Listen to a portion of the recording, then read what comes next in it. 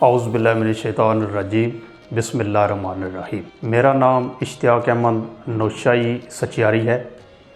خطہ پٹھوار کی مشہور تحصیل گجر خان کے مشہور قصبہ مسا کسوال سے میرا تعلق ہے اور ہم سلسلہ نوشیہ سچیاریہ کے ساتھ تقریباً 2 صدیوں سے وابستہ چلے آ رہے ہیں۔ میری بنیادی تعلیم ماسٹر ایم اے پنجابی میں ہے اور ادب کے حوالے سے شروع سے ہی لگاؤ رہا ہے۔ بالخصوص تصوف کی کتب زیر مطالعہ رہی ہیں اور صوفیہ اکرام سے، جیسا کہ میں نے پہلے ذکر کیا ہے، شروع سے ہی ان کے پاس بیٹھنے کا اور کچھ سیکھنے کا شوق رہا ہے۔ ماسٹر جو پنجابی کے اندر میں نے ایجوکیشن حاصل کی ہے، وہ چند سال قبل ہی میں نے یونیورسٹی آف پنجاب لاہور سے ماسٹر کمپلیٹ کیا ہے اور پھر مزید شوق بڑھا اور میں نے تصوف کے حوالے سے اپنی ایک پہلی کاوش مخزن برکات جلد اول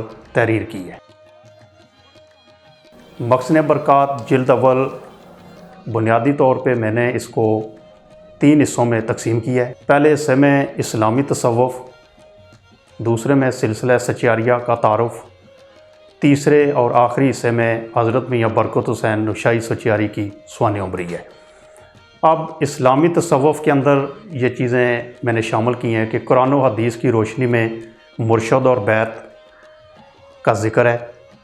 پھر جو مشہور بزرگان دین ہمارے گزر چکے ہیں، ان کے قول بھی شامل کیے ہیں کہ انہوں نے مرشد اور بیعت کو کس حد تک ضروری قرار دیا ہے۔ اس کے علاوہ 4 سلاسل طریقت کا ذکر کیا ہے۔ پھر حضرت علی کرم اللہ وجہہ سے لے کر حضرت شیخ عبد القادر جیلانی رحمۃ اللہ علیہ تک سلسلہ طریقت کس طریقے سے پہنچا ہے۔ اس کے بعد سلسلہ نوشیہ کا ذکر کیا ہے۔ دوسرے حصے کے اندر جو کہ میں نے آپ کو بتایا کہ سلسلہ سچیاریہ کا ذکر ہے، اس کے اندر حضرت پیر محمد سچیار رحمۃ اللہ علیہ کا تھوڑا سا تفصیلاً ذکر کیا ہے۔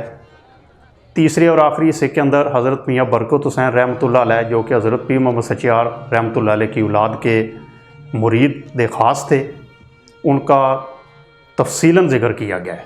اور اسی آخری حصے کے اندر حضرت میاں صاحب رحمۃ اللہ علیہ کے ہم عصر لوگوں سے ملاقاتیں کیں، جس میں مشائخ اعظام، شعراء، ادباء سے ملا ہوں اور انہوں نے بھی اپنی طرف سے حضرت میاں صاحب کے بارے میں اپنے اپنے تاثرات لکھ کر دیے ہیں، جو کہ کتاب کا حصہ بنایا گیا ہے۔ مخزن برکات کے حوالے سے حضرت صاحبزادہ عمران اختر نوشائی اولاد سچیار میں سے ابھی موجود ہیں۔ آپ نے مجھے حضرت میاں صاحب رحمۃ اللہ علیہ کی حیات کے اندر، یعنی کہ جب آپ کا آخری وقت تھا، تو وہ تاکید فرمائی تھی کہ میاں صاحب کے پاس بیٹھا کریں اور جو باتیں کرتے ہیں انہیں غور سے سنا کریں۔ یہ کام تو میں پہلے بھی کرتا تھا، میاں صاحب کے پاس بیٹھتا تھا، لیکن پھر جب آپ نے یہ تاکید فرمائی تو میں پھر مزید آپ کے پاس بیٹھتا اور جو بات آپ فرماتے وہ میں ذہن نشین کر لیتا۔ پھر میاں صاحب کا 2017 میں وصال ہو جاتا ہے اور وصال کے تقریباً کوئی 6 ماہ بعد صاحبزادہ عمران اختر نوشائی مدظ العالیہ میاں صاحب کے گھر تشریف لاتے ہیں، تو میں بھی آپ کے پاس ملنے کے لیے جاتا ہوں۔ تو آپ فرماتے ہیں کہ میں نے آپ کو ایک تاکید فرمائی تھی، تو اب وہ وقت آ گیا ہے کہ آپ میاں صاحب کی سوانح عمری کے اوپر کوئی کتاب لکھیں۔